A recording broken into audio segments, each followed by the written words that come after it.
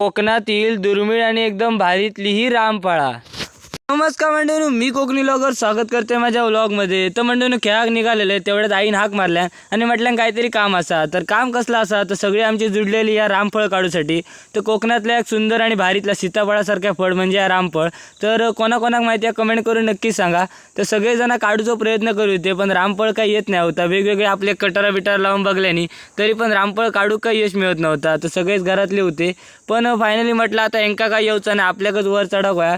त्याच्यासाठी सरसरावून झाडावर चढले आणि थेट जाऊन पोचले टिकाशे। माझा कसा झाला, आपण मेल्याशिवाय स्वर्ग दिसत नाही म्हणतात तर खराच झाला। तर अशा प्रकारे सुंदर वर चढले आणि वर चढल्यानंतर ना रामफळाचं माझ्याच हातात गावत नाही होती, लय लांब होती। पण अथक प्रयत्नानंतर आपला रामफळ गावला आणि थेट टाकले त्या यांच्या झोळी। तर बघित होती सगळी जण आणि त्यांची झोळी भरल्यावर ती खुश झाली। तर तापळ झाल्यानंतर दुसरा काढलाय तर आजोबांनी कॅच पकडले आणि त्याच्यानंतर माझी ही पोझिशन तुम्ही का बघून ना माकडापासूनच आपली सुरुवात झालेली असं लक्षात येत असा।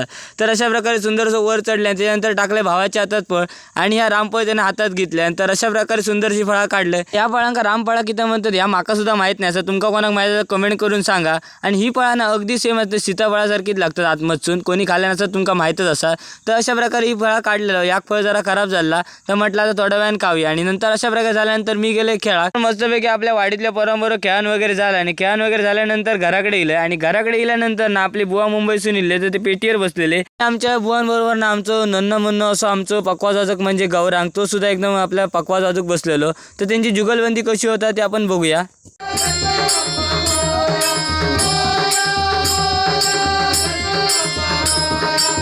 तर अशा प्रकारे सुंदर संध्याकाळचे सूर आपल्या कानावर पडले, ते एकदम भारी वाटलं। तर कसं वाटलं व्लॉग कमेंट करून नक्की सांगा। व्लॉग आवडलं तर लाईक शेअर आणि सबस्क्राईब करून विसरा।